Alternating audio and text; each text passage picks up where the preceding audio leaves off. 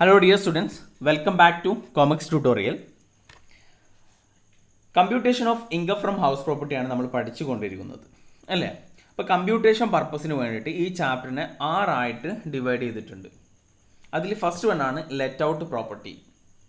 Let out പ്രോപ്പർട്ടിയുടെ income from house property എങ്ങനെയാണ് calculate ചെയ്യുക, അതുമായി ബന്ധപ്പെട്ടിട്ടുള്ള ടാക്സ് ട്രീറ്റ്മെൻറ്റ് എല്ലാം നമ്മൾ കഴിഞ്ഞ വീഡിയോകളായിട്ട് ഡിസ്കസ് ചെയ്തതാണ്. ഈ വീഡിയോയിൽ നമ്മൾ ഡിസ്കസ് ചെയ്യാൻ പോകുന്നത് സെൽഫ് ഒക്യുപ്പൈഡ് പ്രോപ്പർട്ടി. എങ്ങനെയാണ് ഒരു സെൽഫ് ഒക്യുപ്പൈഡ് പ്രോപ്പർട്ടിയുടെ income from house property calculate ചെയ്യുക, അതുപോലെ അതുമായി ബന്ധപ്പെട്ടിട്ടുള്ള ടാക്സ് ട്രീറ്റ്മെൻ്റ് ആണ് ഡിസ്കസ് ചെയ്യാൻ പോകുന്നത്. അപ്പോൾ കഴിഞ്ഞ വീഡിയോ കാണാത്തവരുണ്ടെങ്കിൽ തീർച്ചയായിട്ടും ആ വീഡിയോ കണ്ടതിന് ശേഷം മാത്രം ഈ വീഡിയോ കാണാം.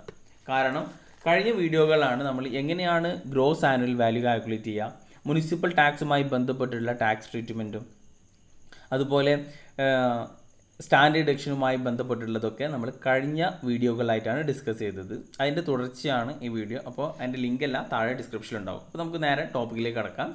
That is computation of self occupied property. എന്താണ് self occupied property? Self occupied property എന്ന് പറഞ്ഞു കഴിഞ്ഞാൽ അസസി സ്വന്തമായി താമസിക്കുന്ന ഒരു ഹൗസ് പ്രോപ്പർട്ടിയാണ്. അപ്പോൾ ഒരു ഹൗസ് പ്രോപ്പർട്ടിയിൽ അസസി ഓൺ റെസിഡൻറ്റിന് വേണ്ടിയിട്ട്, ഇപ്പോൾ ഓൺ റെസിഡൻസിന് ആണ് യൂസ് ചെയ്യുന്നതെങ്കിൽ അതിനെ സെൽഫ് ഒക്യുപ്പൈഡ് പ്രോപ്പർട്ടി എന്ന് പറയുന്നു. എന്നാൽ ഇൻകം ടാക്സ് ആക്ട് പറയുന്നത് 3 കണ്ടീഷൻ ഉണ്ട്. താഴെ പറയുന്ന ഈ 3 കണ്ടീഷൻസ് അത് 3ഉം സാറ്റിസ്ഫൈ ചെയ്താൽ മാത്രമേ ഒരു house property self occupied property ആവുകയുള്ളൂ എന്നാണ് പറയുന്നത്. First condition is in the occupation of the owner for the purpose of his own residence. Owner own റെസിഡൻസിന് വേണ്ടി എന്ന് വെച്ച് കഴിഞ്ഞാൽ സ്വന്തമായി താമസിക്കാൻ വേണ്ടി ഉപയോഗിക്കുന്നതായിരിക്കണം. Second condition is not actually let out during the whole or any part of the previous year. ഇപ്പോൾ പ്രീവിയസ് ഇയറിൽ ലെറ്റ് ഔട്ടിന് കൊടുക്കാത്തതായിരിക്കണം. ഒരു ദിവസം പോലും റെൻറ്റിന് കൊടുക്കാൻ പാടില്ല. ഒരു ദിവസം റെൻറ്റിന് കൊടുത്തു കഴിഞ്ഞാൽ പിന്നെ അത് സെൽഫ് ഒക്യുപ്പൈഡ് പ്രോപ്പർട്ടി ആയിട്ട് തന്നെ ട്രീറ്റ് ചെയ്യില്ല. Okay. Then third condition, no other benefit from is derived by the owner. ഇതിന് പുറമെ ഹൗസ് പ്രോപ്പർട്ടിയിൽ നിന്ന് ഒരു ബെനിഫിറ്റും ഓണറിന് കിട്ടാൻ പാടില്ല.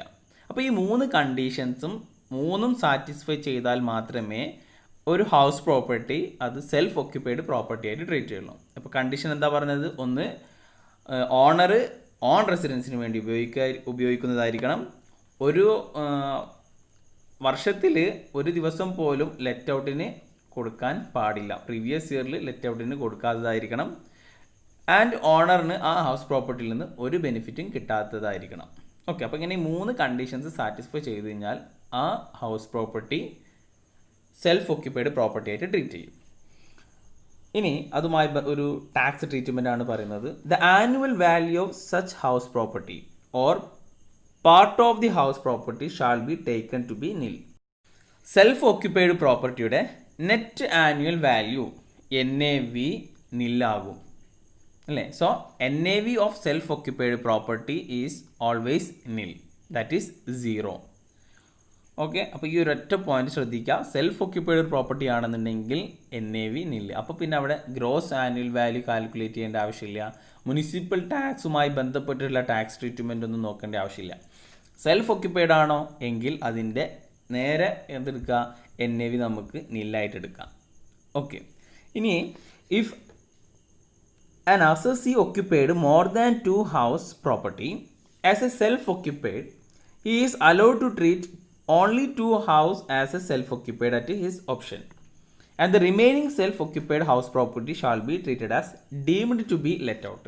ഇപ്പോൾ ഒരു അസസിക്ക് 2ൽ കൂടുതൽ ഹൗസ് പ്രോപ്പർട്ടി ഉണ്ടെങ്കിൽ, ഓക്കെ, 2ൽ കൂടുതൽ ഹൗസ് പ്രോപ്പർട്ടി സെൽഫ് ഒക്യുപ്പൈഡ് ആയിട്ട് ട്രീറ്റ് ചെയ്യുന്നത്, സെൽഫ് ഒക്യുപ്പൈഡ് ആണെന്നുണ്ടെങ്കിൽ അതിൽ ആ അസസിക്ക് 2 ഹൗസ് മാത്രമേ സെൽഫ് ഒക്യുപ്പൈഡ് ആയിട്ട് ട്രീറ്റ് ചെയ്യാൻ പറ്റുകയുള്ളൂ. ബാക്കി വരുന്ന ഹൗസ് പ്രോപ്പർട്ടി എല്ലാം deemed to be let out ആയിട്ട് ട്രീറ്റ് ചെയ്യും. ഓക്കെ. അപ്പോൾ ഇവിടെ അത് അസസിക്ക് ഓപ്ഷനാണ്, ഏത് വേണം deemed to be let out ആയിട്ട് എടുക്കുക, ഏത് വേണമെന്നുണ്ടെങ്കിലും സെൽഫ് ഒക്യുപ്പൈഡ് പ്രോപ്പർട്ടി ആയിട്ട് എടുക്കുക. അപ്പോൾ പറഞ്ഞു കഴിഞ്ഞാൽ ഇപ്പോൾ ഒരു 2 അല്ല 3 വീടുണ്ടെന്ന് വിചാരിക്കാം.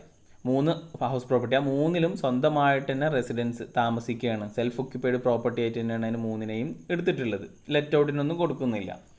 ഓക്കെ, 3ലും ഈ അസസി എന്ത് ചെയ്യുന്നുണ്ട്, താമസിക്കുന്നുണ്ട്. അങ്ങനെയാണെന്നുണ്ടെങ്കിൽ അവിടെ 2 ഹൗസ് പ്രോപ്പർട്ടി സെൽഫ് ഒക്യുപ്പൈഡ് ആയിട്ട് ട്രീറ്റ് ചെയ്യാൻ പറ്റും.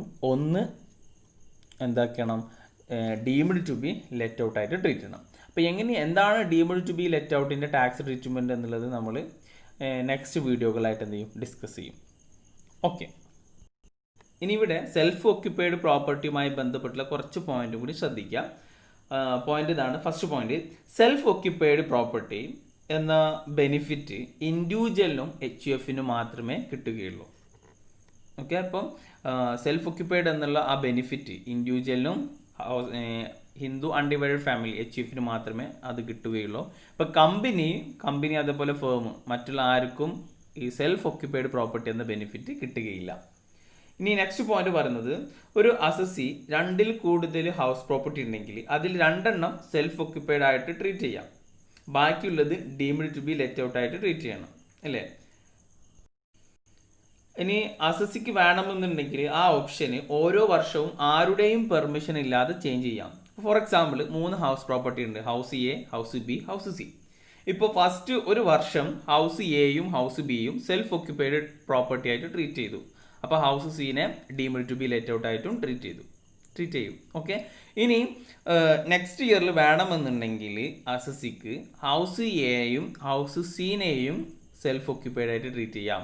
അപ്പോൾ ഏതാണോ അത് അസസിയുടെ ഓപ്ഷൻ അനുസരിച്ചിട്ട് അങ്ങോട്ടും ഇങ്ങോട്ടൊക്കെ എന്ത് ചെയ്യാം, ചേഞ്ച് ചെയ്യാൻ പറ്റും. ഓക്കെ, അപ്പോൾ ഇതാണ് പറഞ്ഞത്. 2ൽ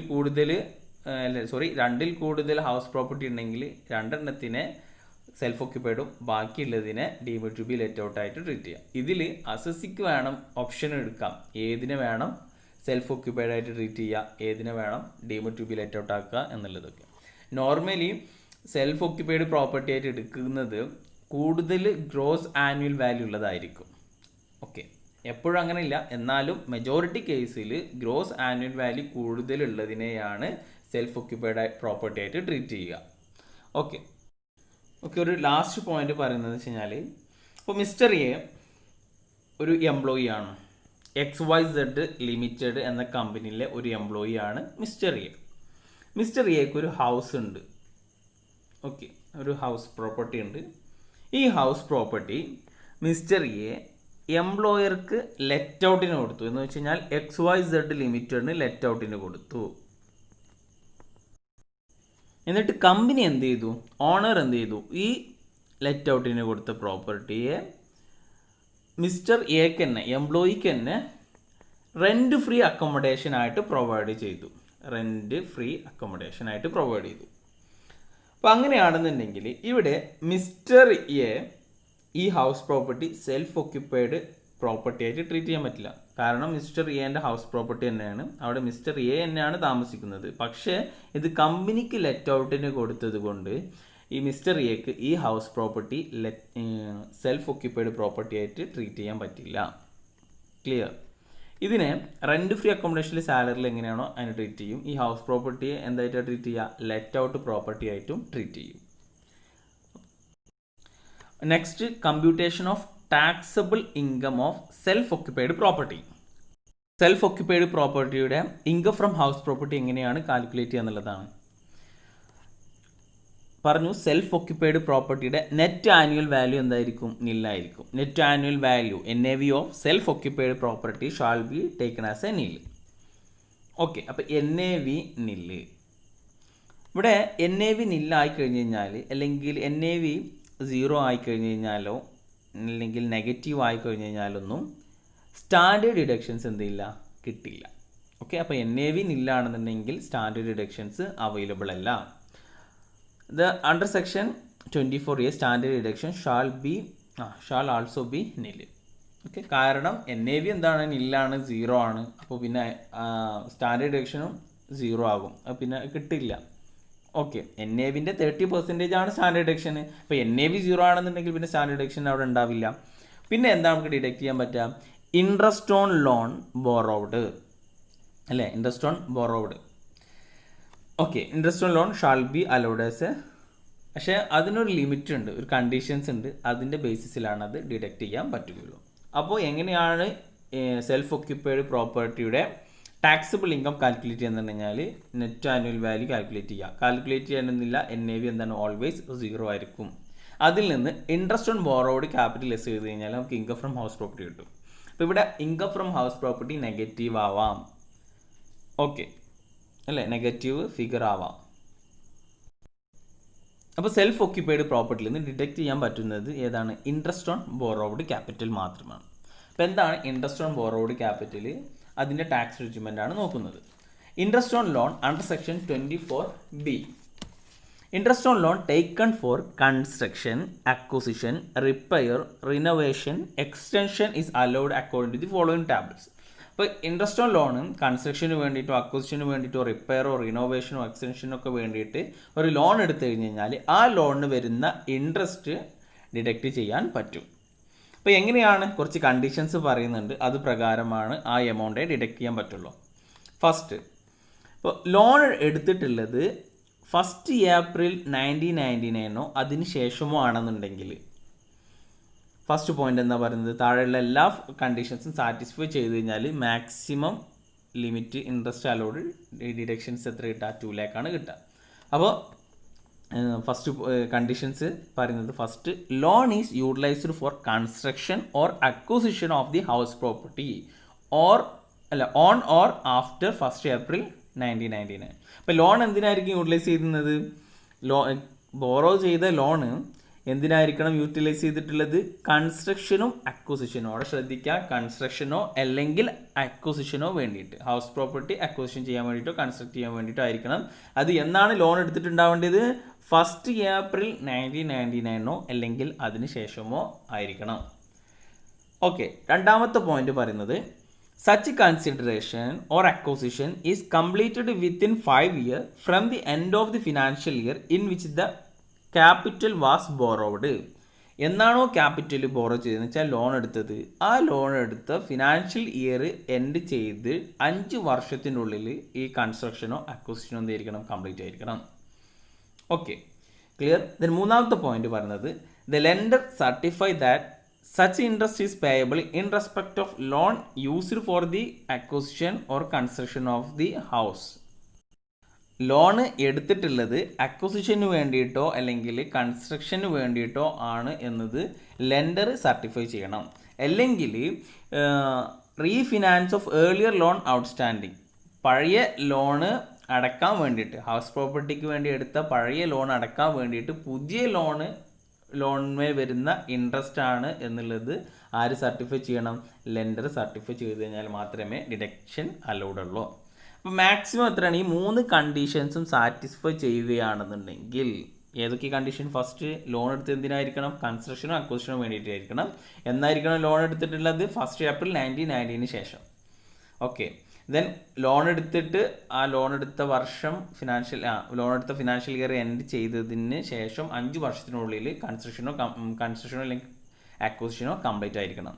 ദെൻ മൂന്നാമത്തെ പോയിന്റ് പറഞ്ഞത്, മൂന്നാമത്തെ കണ്ടീഷന് ലെൻഡർ സർട്ടിഫൈ ചെയ്തിരിക്കും. ഈ 3 കണ്ടീഷൻസും സാറ്റിസ്ഫൈ ചെയ്യുകയാണെന്നുണ്ടെങ്കിൽ 2 lakh വരെ ഇൻട്രസ്റ്റ് ഡിഡക്റ്റ് ചെയ്യാം. എനി അതർ കേസസിലാണെന്നുണ്ടെങ്കിൽ അവിടെ 30,000 മാത്രമേ ഡിഡക്റ്റ് ചെയ്യാൻ പറ്റുള്ളൂ. ഓക്കെ, ഇനി ഇതുമായി ബന്ധപ്പെട്ടുള്ള ടാക്സ് ട്രീറ്റ്മെൻറ്റ് പറഞ്ഞു നോക്ക്. ടാക്സ് പോയിന്റ് പറയാം. In any case deduction in respect of interest on loan on self occupied property cannot exceed ₹2 lakh in A year. അപ്പോൾ ഒരു വർഷത്തിൽ 2 lakhനേക്കാൾ കൂടുതൽ സെൽഫ് ഒക്യുപ്പൈഡ് പ്രോപ്പർട്ടിയുടെ ഇൻട്രസ്റ്റ് പോകില്ല എന്നുള്ളതാണ്. അപ്പോൾ സെൽഫ് ഒക്യുപ്പൈഡ് പ്രോപ്പർട്ടിയുടെ ഇൻട്രസ്റ്റ് മാക്സിമം ഡിഡക്റ്റ് ചെയ്യാൻ പറ്റുന്നത് എത്രയാണ്? 2 lakh ആണ്. അപ്പോൾ ഈ പറഞ്ഞ പോയിന്റ് ഒന്ന് സമ്മപ്പ് ചെയ്യാണ്. ഇപ്പോൾ self occupied property, natural of property self occupied ആണ്. ലോൺ എടുത്തിട്ടുള്ളത് ഓൺ ഓർ ആഫ്റ്റർ 1 ഏപ്രിൽ 1999 ആണ്. എന്തിനാണ് എടുത്തിട്ടുള്ളത്? Construction or purchase of house പ്രോപ്പർട്ടിക്ക് വേണ്ടിയിട്ടാണ് ലോൺ എടുത്തിട്ടുള്ളത്, കൺസ്ട്രക്ഷനോ ഓർ അക്വസിഷനോ വേണ്ടിയിട്ട്. ഓക്കെ, അങ്ങനെയാണെന്നുണ്ടെങ്കിൽ മാക്സിമം ലിമിറ്റ് 2 lakh. ഇനി സെൽഫ് ഒക്യുപ്പൈഡ് പ്രോപ്പർട്ടിയാണ്, ലോൺ എടുത്തിട്ടുള്ളത് ഓൺ ഓർ ആഫ്റ്റർ 1 ഏപ്രിൽ 1999 ആണ്. പക്ഷെ ലോൺ എടുത്തിട്ടുള്ളത് റിപ്പയറിന് വേണ്ടിയിട്ടാണെന്നുണ്ടെങ്കിൽ നമുക്ക് 2 lakh ഡിഡക്ഷൻ കിട്ടില്ല. എത്ര കിട്ടുള്ളൂ?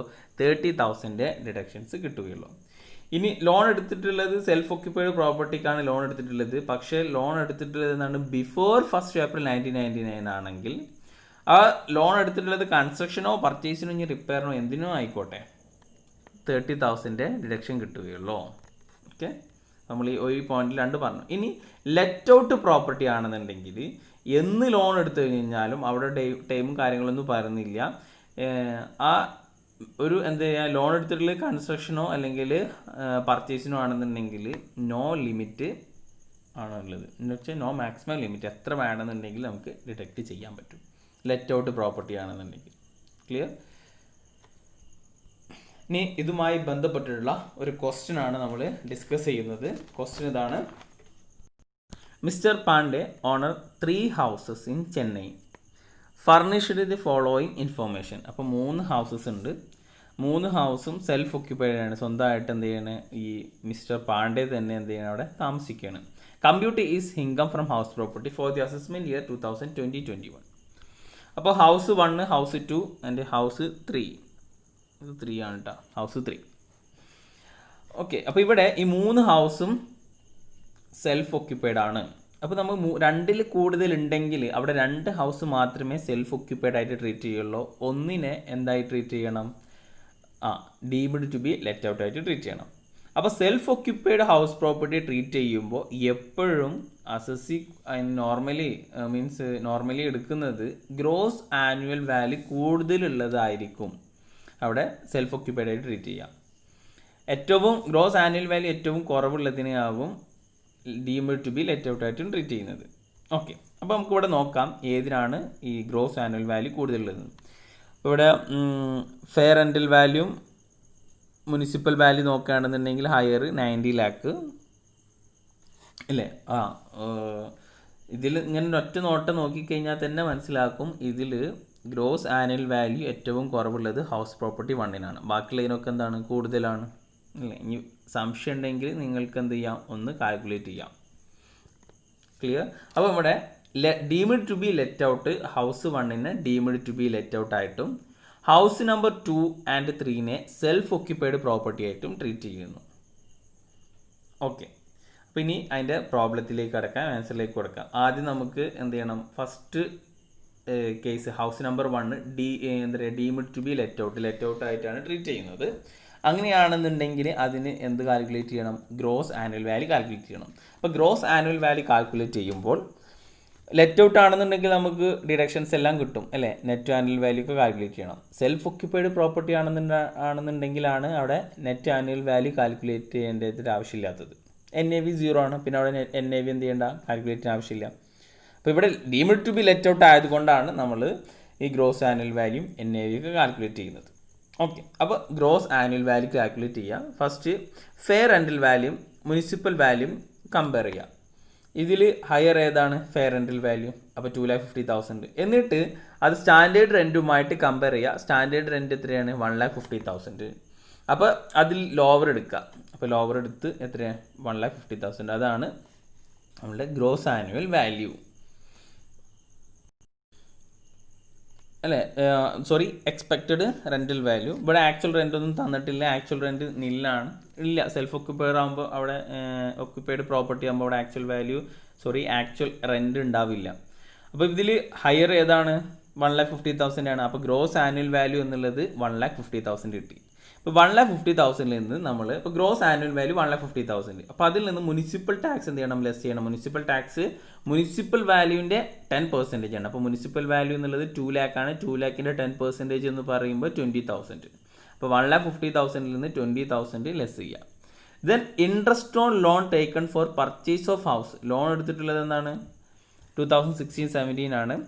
അപ്പോൾ അങ്ങനെയാണെന്നുണ്ടെങ്കിൽ നമുക്ക് മാക്സിമം ഡിഡക്ഷൻ ഹൗസ് പർച്ചേസ് ചെയ്യാനും വേണ്ടിയിട്ടാണ് അല്ലേ. ഇപ്പോൾ ലോണ് നമ്മൾ അടച്ചു തീർത്തത് 5 വർഷത്തിൻ്റെ ഉള്ളിൽ കംപ്ലീറ്റ് ചെയ്തിട്ടുണ്ട് എന്നുള്ളത് അസ്യൂം ചെയ്യുന്നു. അങ്ങനെയാണെന്നുണ്ടെങ്കിൽ നമുക്ക് മാക്സിമം ഡിഡക്ഷൻസ് 2 lakh വരെ ഡിഡക്റ്റ് ചെയ്യാം. ഓക്കെ, അപ്പോൾ നമ്മൾ എന്താ ഇവിടെ കാൽക്കുലേറ്റ് ചെയ്ത്, ആദ്യം ഗ്രോസ് ആനുവൽ വാല്യൂ കാൽക്കുലേറ്റ് ചെയ്തു. അതിൽ നിന്ന് മുനിസിപ്പൽ ടാക്സ് ലെസ് ചെയ്തു. അപ്പോൾ നമുക്ക് NAV കിട്ടി അല്ലേ, നെറ്റ് ആനുവൽ വാല്യൂ. ഈ നെറ്റ് ആനുവൽ വാല്യൂവിൽ നിന്ന് സ്റ്റാൻഡേർഡ് ഡിഡക്ഷൻസ് ലെസ് ചെയ്യുക. സ്റ്റാൻഡേർഡ് ഡിഡക്ഷൻ എന്ന് പറഞ്ഞാൽ 1,30,000-ൻ്റെ 30%. 39,000 കിട്ടും. അല്ലേ 39,000. Then interest on loan 90,000. അങ്ങനെ ടോട്ടൽ 1,29,000 എന്ത് ചെയ്യാൻ പറ്റും, ഡിഡക്റ്റ് ചെയ്യാൻ പറ്റും. അപ്പോൾ ഇൻകം ഫ്രം ഹൗസ് പ്രോപ്പർട്ടി എത്ര വന്നത്? അവിടെ 1,000 ആണ് വന്നത് അല്ലേ? ഡൗട്ട് ഉണ്ടാകും ഇല്ല എന്ന് വെച്ചാൽ നമുക്ക് ഗ്രോസ് ആനുവൽ വാല്യൂ കിട്ടി. എത്ര? 1,50,000. അതിൽ നിന്ന് മുനിസിപ്പൽ ടാക്സ് ലെസ് ചെയ്തു. പിന്നെ ഇവിടെ ലെറ്റ് ഔട്ട് ആയതുകൊണ്ട് നമ്മൾ ആനുവൽ വാല്യൂ കാൽക്കുലേറ്റ് ചെയ്യുന്നു. അതിൽ നിന്ന് സ്റ്റാൻഡേർഡ് ഡിഡക്ഷൻസും ഇൻട്രസ്റ്റ് ഓൺ ലോണും നമ്മൾ ഡിഡക്റ്റ് ചെയ്ത് കഴിഞ്ഞാൽ കിട്ടുന്ന എമൗണ്ടാണ് 1,000. ഇനി ഹൗസ് നമ്പർ 1ഉം ഹൗസ് നമ്പർ 2ഉം 3ഉം സെൽഫ് ഒക്യുപ്പൈഡ് ആയിട്ടാണ് ട്രീറ്റ് ചെയ്തിട്ടുള്ളത്. 3 ഹൗസ് ഉണ്ട്. അപ്പോൾ 2 എണ്ണം സെൽഫ് ഒക്യുപ്പൈഡും ബാക്കി 1 ഡീംഡ് ടു ബി ലെറ്റ് ഔട്ടും. അപ്പോൾ ഹൗസ് 2ഉം 3ഉം സെൽഫ് ഒക്യുപ്പൈഡ് ആയിട്ടാണ് ട്രീറ്റ് ചെയ്തത്. അങ്ങനെയാണെന്നുണ്ടെങ്കിൽ അവിടെ net annual value of self occupied പ്രോപ്പർട്ടിയുടെ നെറ്റ് ആനുവൽ വാല്യൂ എന്താണ്? നില്ലാണ്. അപ്പോൾ ആനുവൽ വാല്യൂ നില്ല്. ഇനി നമുക്ക് ഏത് മാത്രമേ ഡിഡക്റ്റ് ചെയ്യാൻ പറ്റുള്ളൂ? ഇൻട്രസ്റ്റ് ഓൺ ലോൺ മാത്രമേ ഡിഡക്റ്റ് ചെയ്യാൻ പറ്റുള്ളൂ. ഇവിടെ സെൽഫ് ഒക്യുപ്പൈഡ് പ്രോപ്പർട്ടിയുടെ ഇൻട്രസ്റ്റ് ഓൺ ലോൺ നോക്കുക. ഇവിടെ ഹൗസ് 2ന് 1,70,000 ഹൗസ് 3ക്ക് 1,65,000 ഇൻട്രസ്റ്റ് ഓൺ ലോൺ ഉണ്ട്. അങ്ങനെയാണെന്നുണ്ടെങ്കിൽ നമ്മൾ പറഞ്ഞതാണ് ഹൗസ് പ്രോപ്പർട്ടിയുടെ കേസിൽ interest on loan maximum deduct ചെയ്യാൻ പറ്റുന്നത് എത്രയാണ്? 2 lakh ആണ്. അതിൽ കൂടുതൽ എന്ത് ചെയ്യാൻ പറ്റില്ല? ഡിഡക്റ്റ് ചെയ്യാൻ പറ്റില്ല. ഇപ്പോൾ ഇവിടെ 1,70,000 1,60,000 കൂടി കൂട്ടിക്കഴിഞ്ഞ് കഴിഞ്ഞാൽ ഐ തിങ്ക് 3,35,000 കിട്ടും ഇല്ല? ഈ 2 ഇൻട്രസ്റ്റും കൂടി കൂട്ടിക്കഴിഞ്ഞാൽ 3,35,000. പക്ഷെ നമുക്ക് സെൽഫ് ഒക്യുപ്പൈഡ് പ്രോപ്പർട്ടിക്ക് ഇൻട്രസ്റ്റ് ഓൺ ലോൺ ഡിഡക്റ്റ് ചെയ്യാൻ പറ്റുന്നത് മാക്സിമം 2 lakh ആണ്. അപ്പോൾ മാക്സിമം 2 lakh ഡിഡക്റ്റ് ചെയ്ത് കഴിഞ്ഞാൽ നെഗറ്റീവ് ഫിഗറാണ് വരിക അല്ലേ? നെഗറ്റീവ് ലെസ് ചെയ്ത് കഴിഞ്ഞാൽ നെഗറ്റീവാണ്. അപ്പോൾ -2 lakh. അങ്ങനെയാണെന്നുണ്ടെങ്കിൽ ഇൻകം ഫ്രം ഹൗസ് പ്രോപ്പർട്ടി എന്നുള്ളത് ഇവിടെ പോസിറ്റീവ് 1,000 ആണ്. അപ്പോൾ 2 lakh നിന്ന് 1,000 പോയി കഴിഞ്ഞാൽ ബാക്കി എത്രയാണ്? ഇൻകം ഫ്രം ഹൗസ് പ്രോപ്പർട്ടി എന്നത് -1,99,000 ആണ് കിട്ടുക. ക്ലിയർ? അപ്പോൾ ഇതാണ് ഇൻകം ഫ്രം ഹൗസ് പ്രോപ്പർട്ടിയുമായി ബന്ധപ്പെട്ടിട്ടുള്ള ക്വസ്റ്റ്യൻസ്. കൂടുതൽ ക്വസ്റ്റ്യൻസ് വർക്കൗട്ട് ചെയ്യുക. അപ്പോൾ ഇത് സെൽഫ് ഒക്യുപ്പൈഡ് പ്രോപ്പർട്ടിൻ്റെ ഇൻകം ഫ്രം ഹൗസ് പ്രോപ്പർട്ടി എങ്ങനെയാണ് കമ്പ്യൂട്ട് ചെയ്യുക എന്നുള്ളത് ഇപ്പോൾ നിങ്ങൾക്ക് ക്ലിയർ ആയിട്ടുണ്ടാവും. എന്തെങ്കിലും ഡൗട്ടും കാര്യങ്ങളൊക്കെ ഉണ്ടെങ്കിൽ കമൻ്റ് ആയിട്ട് അറിയിക്കുക. അതുപോലെ വീഡിയോ ഇഷ്ടപ്പെട്ട് കഴിഞ്ഞാൽ നിങ്ങൾക്ക് മനസ്സിലായിട്ടുണ്ടെങ്കിൽ ലൈക്ക് ചെയ്യുക, ഫ്രണ്ട്സിലേക്ക് ഷെയർ ചെയ്യുക. Thank you.